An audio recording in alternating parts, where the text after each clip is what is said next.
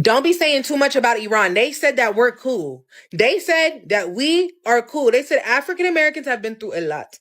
So don't say too much. Don't go over there and don't be doing too much. And you know, if you look like us and you wearing that camo, you better not be doing too much. Because they said that we cool. They said that we cool. So I just want to let y'all remember that. Like, they said that we cool. They know that we kidnapped. They know that we're hostage. We have no nationalism in this. Somebody put in one of my comment sections addressing FBA, saying that sometime soon America is going to be thermonuclear bombed, and us FBAs, or as he put it, you FBAs, or whatever you guys call yourselves, that's how he addressed it, are not going to have anywhere to go. Nobody's going to take you in as refugees, and you guys are going to be on your own, and you guys are going to be looking for somewhere to go, and nobody's going to take you in, you know, and just so giddy with excitement, right? And it just amazes me the amount of hate that people can have for a group that has done absolutely nothing to them. A group that has not affected their life at all. A group that doesn't, essentially really has nothing to do with them, doesn't affect them. The only thing that we do is try to focus on ourselves, and that pisses them off to the point where they want to see harm, physical, unaliving harm happen to us. How many videos have we seen of this? I might have played this other clip for y'all of this other like African chick that's sitting in her car talking ish about Iran coming to get the Iran people gonna go get you. Because the Iran people is coming for you. They're coming for you. I know how the Iran people do things over there. They will come for you. And you cannot come to Africa. You cannot run here. We have too many people here, or too many things going on here. We cannot have you here too. You know, we in education is bigger. It's bigger in this country. What? So, you know, typical babbling buffoonery that we have been seeing for these last couple of years coming from these folks, right? And you want to see harm come to a group of people that has done nothing to you. Ain't did nothing to you, don't affect your life at all. But you so pissed off that we say, oh, we not African, we not from Africa. We tell it like it is. We show pride in ourselves. We want to focus on ourselves. We delineate. We not putting nobody else above us or before us. And that pisses people off to the point where they just want to see harm. You see how giddy with excitement she was about Iran doing something to America and it affecting FBAs and saying, oh, well, you guys won't be able to come to Africa. You guys can't see. Don't come over here looking for us, honey. We wasn't going to come over there. Trust me, if something happened, some bomb or whatever, come over here, I will gladly be buried right underneath this soil, but I ain't going over there. Okay? And I mean that. I mean that.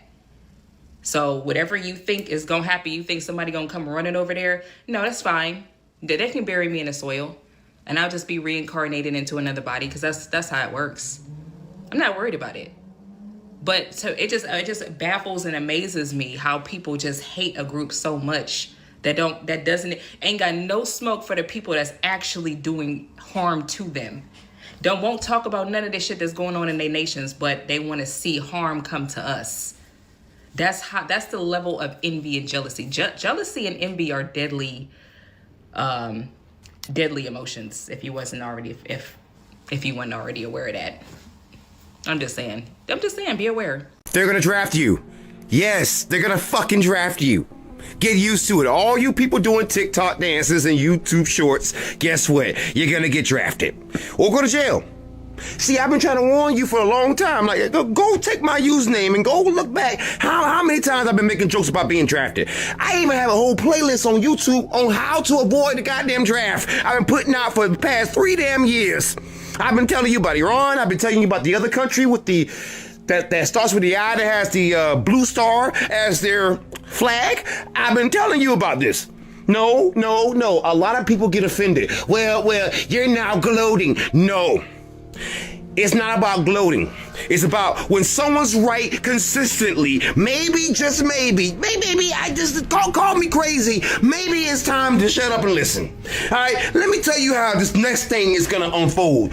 You're gonna get drafted. But here's the whole thing. It's gonna come down to people saying, well, this disqualifies me, oh, I got this conviction, or I smoked this, I smoked that. No, that is not how this works. If you go back to NBC News on April of 2008, almost 20 years ago, they were letting felons into the military. There were people with manslaughter convictions who were allowed into the military because it got that bad with Operation Enduring Freedom and Operation Iraqi Freedom. I was there. I know. I was in the damn army. I know who the fuck I served with. There's a reason why so many of those damn guys were murdering psychopaths. They were convicted murdering psychopaths.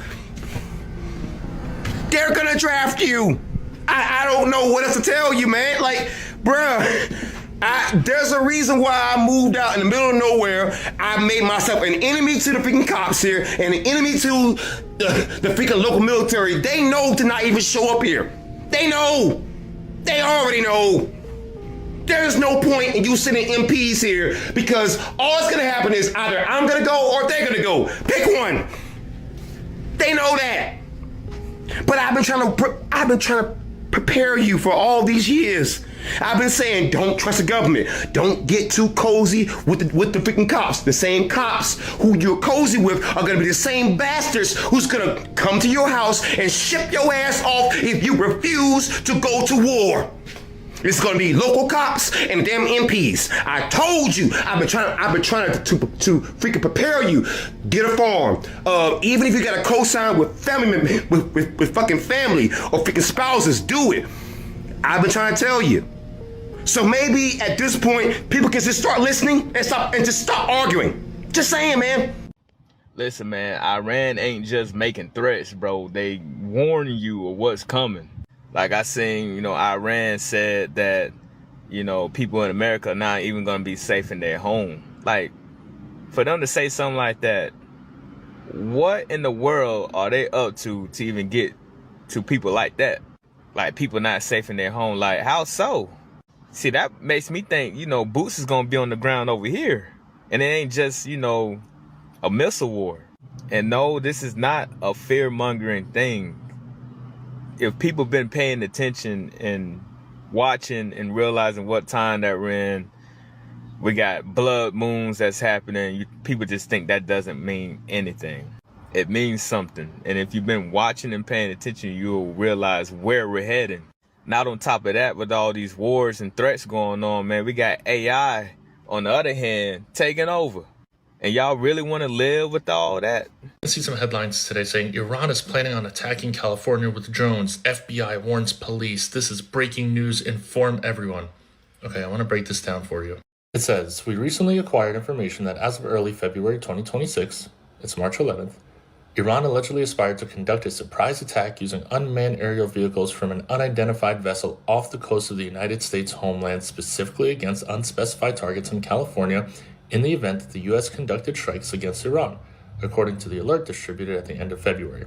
We have no additional information on the timing, method, target, or perpetrators of this alleged attack. Again, remember what I said. Just because something is breaking news doesn't mean that it's recent news. Right here it says that they received this report in early February.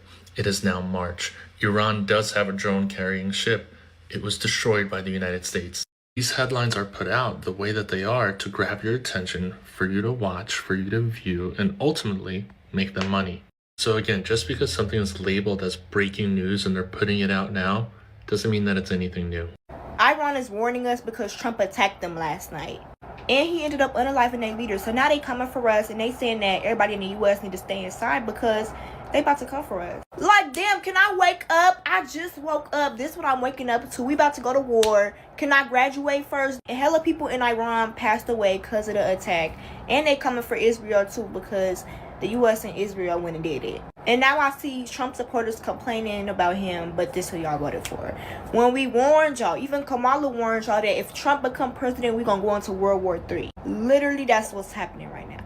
Y'all sat up here, Trump 2026, this, that, and the third. But what has he really done for us? He ain't did nothing but fuck shit up. It's been nothing but chaos ever since he became our president. Y'all, we is in tour with Iran right now. We about to go to war. Y'all not taking this serious enough. Like, I'm scared. I'm scared. And they saying it's supposed to go on for days. Like, it's supposed to be bombing back to back for days. Lord, pray over all of us in the U.S. Please, like, please take this nigga out the office. Why is he still even in office? So Iran's Islamic Revolutionary Guard Corps affiliated media organization Fars News and Tasnim News claimed that they fired warning shots using Qadr anti-ship cruise missiles and attack UAVs at 2 U.S. Navy Arleigh Burke-class guided missile destroyers, the USS Mason DDG-87 and USS Truxtun DDG-103. Then these IRGC-affiliated media organizations said that the incident allegedly occurred while the ships were operating in the Gulf of Oman, saying that the U.S. vessels ignored radio warnings and prompted the shots to force them to withdraw towards the Indian Ocean. Now, directly in response to that, U.S. Central Command posted a fact check on their official X account saying, quote, claim, Iran claims it fired warning shots at U.S. warships in the Gulf of Oman, forcing vessels to retreat towards the Indian Ocean. False. Truth. Iranian forces did not attack or fire at U.S. Navy warships. Doing so would be a gross violation of the ceasefire. U.S. forces continue to operate freely in regional waters while fully enforcing the ongoing blockade against Iran. Speaking of the naval blockade, there was a recent exclusive interview conducted by CNN where they interviewed a guy by the name of Mohsen Rezai, who's a longtime hardliner and former commander-in-chief of Iran's Islamic Revolutionary Guard Corps from 1981 to 1997. In March of 2026, Iran's new supreme leader, Ayatollah Mojtaba Khomeini, who's the son of the late supreme leader, appointed Mohsen as a top military advisor. Apparently, this guy is known for having a reputation of having aggressive rhetoric and was sanctioned by the United States years ago. Here's what he said specifically about the blockade. Wouldn't a war be catastrophic for Iran as well, though, if it was a big bombing campaign? If the war continues and the naval blockade is not lifted, we will drag the war to the Indian Ocean, the Bab el-Mandeb Strait, the Red Sea, and the Mediterranean, and we will give another dimension to the war by attacking these other American bases that we have been attacking so far. America will definitely suffer much more losses. America's losses will be very heavy. Yo, I really think we are witnessing the decline of the American empire in real time. I've been thinking that anyway, just because of how poorly things are going domestically. But seeing what's happening with Iran is really driving the point home for me that, yeah, I think the whole world order is shifting. And let's just say the year of the fire horse is off to a fiery start, baby.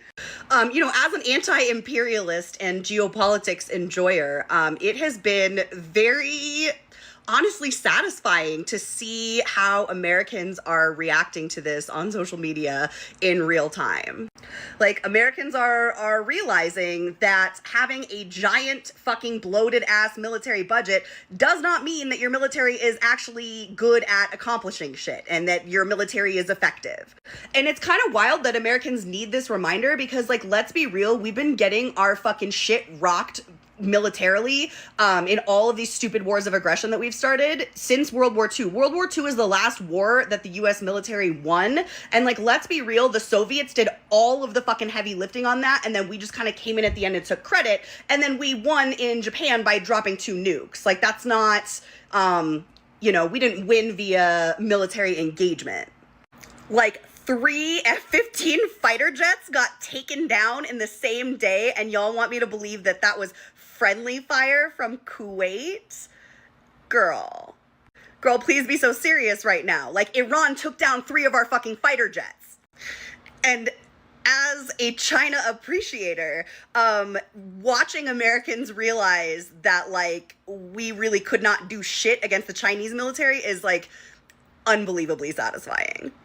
People are like, oh my God, like, if Iran is rocking our shit this hard, like, what the fuck would we do against China? And the answer is not shit, dude. Not a goddamn thing. And I hope to God that even Trump is not stupid enough to think otherwise. But, like, here's the thing about China. Nobody needs to fear their military unless you fuck with them. They don't do wars of aggression, okay? That's not in their plan. They're trade maxing. They're economy maxing. They have a very strict plan. They're running a strict fucking program over there in terms of their economic plans. And going to fucking war is going to fuck up their plans. And like, maybe all these other fucking stupid countries, the US, should take notes that when you don't fucking invest in war and instead you invest in your fucking people, you become a fucking economic powerhouse. And by the way, they're a military powerhouse too. But again, that military, that is there to defend themselves. And, you know, they don't say this, but like, it's to defend themselves against the United States, and they can obviously do so very effectively. Some of the discourse I've seen floating around is like, well, what about Taiwan? Like, how would we defend Taiwan against a Chinese war of aggression? Like, girl, we wouldn't. We fucking wouldn't. We fuck with China, we're gonna get our fucking shit pushed in. The end. Period.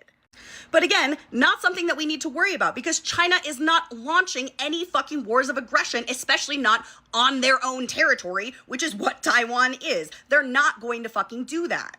Like, they're not going to intervene militarily in other countries' conflicts, and they're definitely not going to, again, launch any type of aggressive military actions. But like, you better fucking believe if you poke that fucking dragon, they will fuck your shit up. And I think most of the world knows this, and I hope fucking Trump knows this, and the Chinese definitely know it, you know, and they're not the ones to go around, you know, waving a big stick, as Theodore Roosevelt would say. They don't fucking need to. I think what they've done economically speaks for itself, and it's interesting because, you know, people will say that the U.S. has the biggest military in the world, but that's actually debatable. The U.S. has the biggest military budget in the world. The U.S. has 1.3 million active duty troops, and China has 2 million. The U.S. has the superior air force, air power. China has the bigger navy. And again, the U.S. has the bigger budget, but we probably have a bigger construction budget too, and we see how that's working out. I actually don't know shit about construction budgets. I'm just talking shit. I'm just saying, like, just because the Chinese spend less money doesn't mean that their military is less effective. But again, yeah, this very stupid war launched by the empire, the U.S.-Israeli empire, is just proof that it is collapsing, because as we know historically, empires lash out as they die and collapse. And unfortunately, it is going to mean a lot of suffering for the world, and eventually back home here in the U.S. It's going to lead to a lot of suffering. But at this moment, it is sparking joy for me to see the U.S. military showing its whole ass.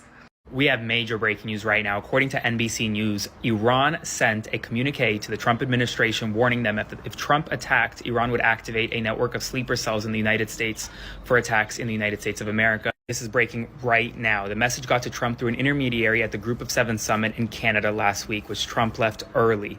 The communique to Trump was sent to the days before last night's strikes, threatening to activate sleeper cell terror inside the United States if it were attacked. Meanwhile, now the State Department has issued a worldwide alert, issuing worldwide caution as a result of the strikes in Iran, saying that the Department of State advises U.S. citizens worldwide to exercise increased caution. You can read the full travel advisory on their network. Oil prices, meanwhile, continue to jump as a result of the strikes and the potential for the closure of the Strait of Hormuz. This is getting more serious with each passing hour. And the craziest part of it all is we don't even know if Iran's nuclear program was actually destroyed. Spread the word and follow along for more. I'll have more updates soon. Iran has just warned Britain and the US.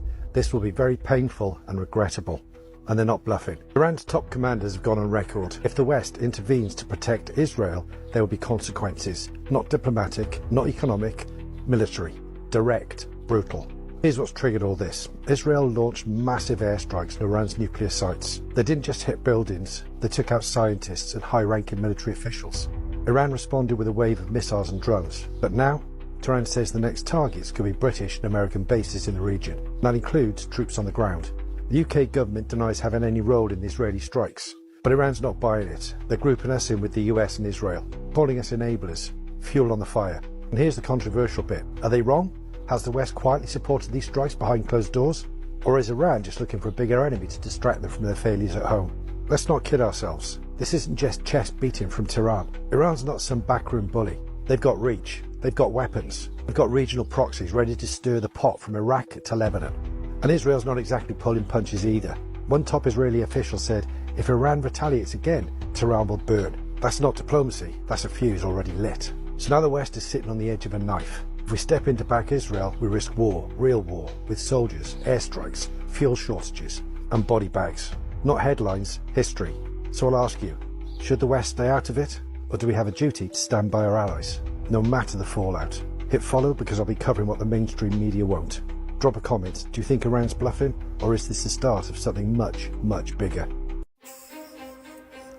I mean, give me a fucking break, brother. What the fuck are we talking about here? They really think we're all just dipshits, huh? I'm not allowed to connect the dots for you because TikTok gets mad at me when I do that, so let me just lay out some facts here. First and foremost, Tehran, which is the capital of Iran, to Los Angeles, over 7,000 miles away.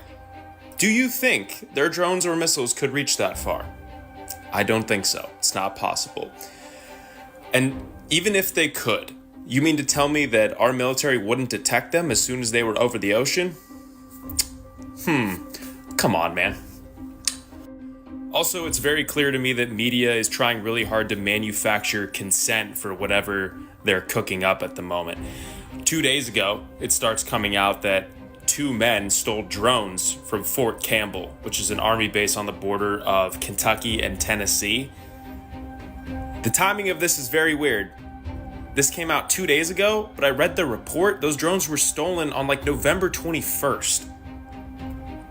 Are you shitting me? So they waited like 3-4 months to put that out? That makes sense.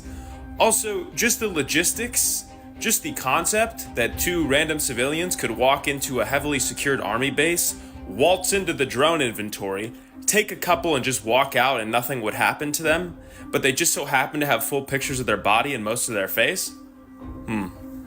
Okay, dude. Yeah, that makes a lot of sense. Totally nothing fishy going on. That's awesome. The old leader of Iran was unalived. The new leader has been chosen. And shit finna get real. Well, not for us, for the white folks. And I explain why I said that in this video. First thing first, the new leader. Y'all remember this baby, the 14-month-old that got unalived during the war on February 28th? Well, that is the new leader's niece. The new leader is the son of the old leader, and he hates the U.S. worse than his dad did. Not only did he lose his dad February 28th, but he also lost his wife, his son, his brother, and his niece. He said he not backing down, and they also got U.S. hostages. However, why I said it's about to get real for the white folks, because he said these black folks already had it hard enough in the U.S. I am letting them go at no cost. And before y'all get in my comments, this is not me making this shit up. He said that. Listen to this. Some black hostages and some female hostages will be released from the American embassy compound. Is that true? The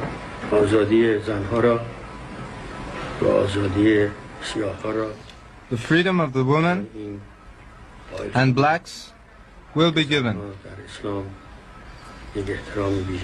Women are given great dignity in Islam, and the blacks have been oppressed in the United States. Great injustice was done unto them. They were under pressure in the United States. Thus they came here. We are doing this owing to the tenets of Islam. In return, we ask nothing for their freedom. I ain't never been more prouder to have this flag around my neck. See what minding your black-owned business can do? Oh, okay. Is Iran a warning to America's responsibility? You know, over the last few days, I've been talking about Iran a lot. And what struck me wasn't really the politics of it all. It was the people. I've never experienced anything like this in my life. I received over 1,000 messages in a single day from Persians writing the same thing over and over. Thank you for being a voice. Man, something about those messages stayed with me. You know, I have Persian friends all over the world, and no matter where they were born, raised, or educated, I've always noticed the same traits. Gracious, grateful, humble, polite, seeking knowledge, careful with words. And what's astonishing to me right now is this. In the middle of chaos, fear, and violence, Iranians are not tearing each other apart the way we do in the West. That's where Iran becomes a mirror to the West, in my opinion. Last night alone, around 34 million people were in the streets, more than ever before. That's almost half the country, or 75% of the city dwellers, taking to the streets. Could you imagine Americans doing that? We won't, of course, because hatred for the other side has become stronger than our shared will to stay unified and free.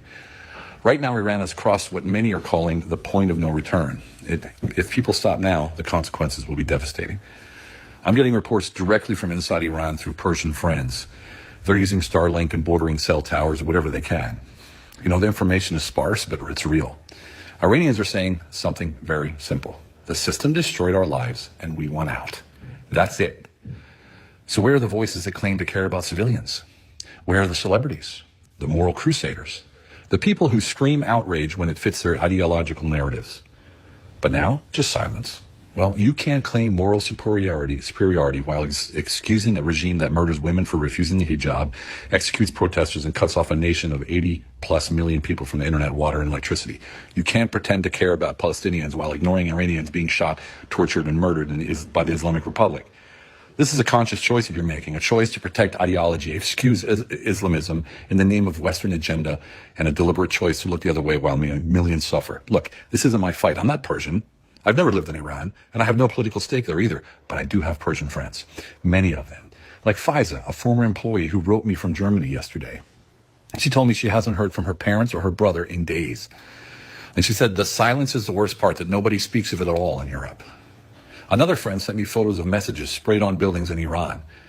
You fire bullets, I raise my voice. Another one was, we fight, we die, we take Iran back. And the one that gave me the biggest chills were, we must rise, stand tall, and run to our last breath for these days of our youth. Man, that gives me chills. I can't imagine people in the West writing that today. If they did, it would just be to take a selfie and post it on social media. In the end, the global Persian population is showing us what unity actually looks like, through restraint, dignity, and cohesion. As someone who went to war, I can't imagine standing unarmed with no protection facing tanks and live fire. Their courage is beyond my comprehension. If you really want to understand why I started Take America Back, this is a big reason. It's a situation we must avoid, and we can avoid it if we act now, by training citizens to step into leadership at the lowest levels. School boards, city councils, local government, rebuilding from the bottom up. Iranians didn't think this would happen to them either. Not before 1978, and then a hostile takeover of their country in 1979 changed everything overnight. 47 years later, a generation later, here we are. So here's a question I want to leave you with. Are we going to wait until the only option left is fighting in the streets, risking our lives just to be heard? Or are we going to act now, together, before it comes to that? To my Persian friends, your unity, your restraint, your clarity and under pressure, it deeply moves me. I'm listening to you, I'm watching you, and I'm learning as much as I can. And I'll keep speaking because you deserve peace and freedom. Look, if you want to be part of the solution, click the Patreon link in my bio and join Take America Back and keep speaking out for our Persian friends. Hi guys, welcome back to my channel. I hope you are doing great wherever you are watching us from. A lot of people have been talking about the growing tension between America and Iran. But what caught everyone's attention wasn't just the possibility of conflict. It was a conversation around Black Americans. Some commentators online pointed to a historical moment from the 1979 hostage crisis when Iran released Black hostages and claimed it was because Black Americans had faced injustice in the United States of America. That old footage is now going viral again, with people debating what it really means. But here is the bigger question. Why do ordinary people always end up in the middle of these geographical fights? Most Americans aren't making decisions about war. They are trying to pay bills, raise families, and make it through another week. Yet, whenever tension rises, it's everyday people who start worrying about things like inflation, safety, and even the possibility of military service. The conversation has also sparked debate about whether foreign countries use American racial history to expose division within the country. Some say it's genuine concern, others say it's strategic propaganda. Either way, it's a reminder that government play politics but regular people deal with the real consequences. That's why many people are questioning the push towards conflict and asking whether diplomacy should come before confrontation. At the end of the day, most working people, regardless of the race or background, want the same thing: peace, stability, and a chance to build a better future for themselves and their family. Anyway guys, what do you think about this video? Drop your thoughts in the comment section and don't forget to subscribe to my channel, like and share the video to help the channel out. See you in my next video. For now, peace.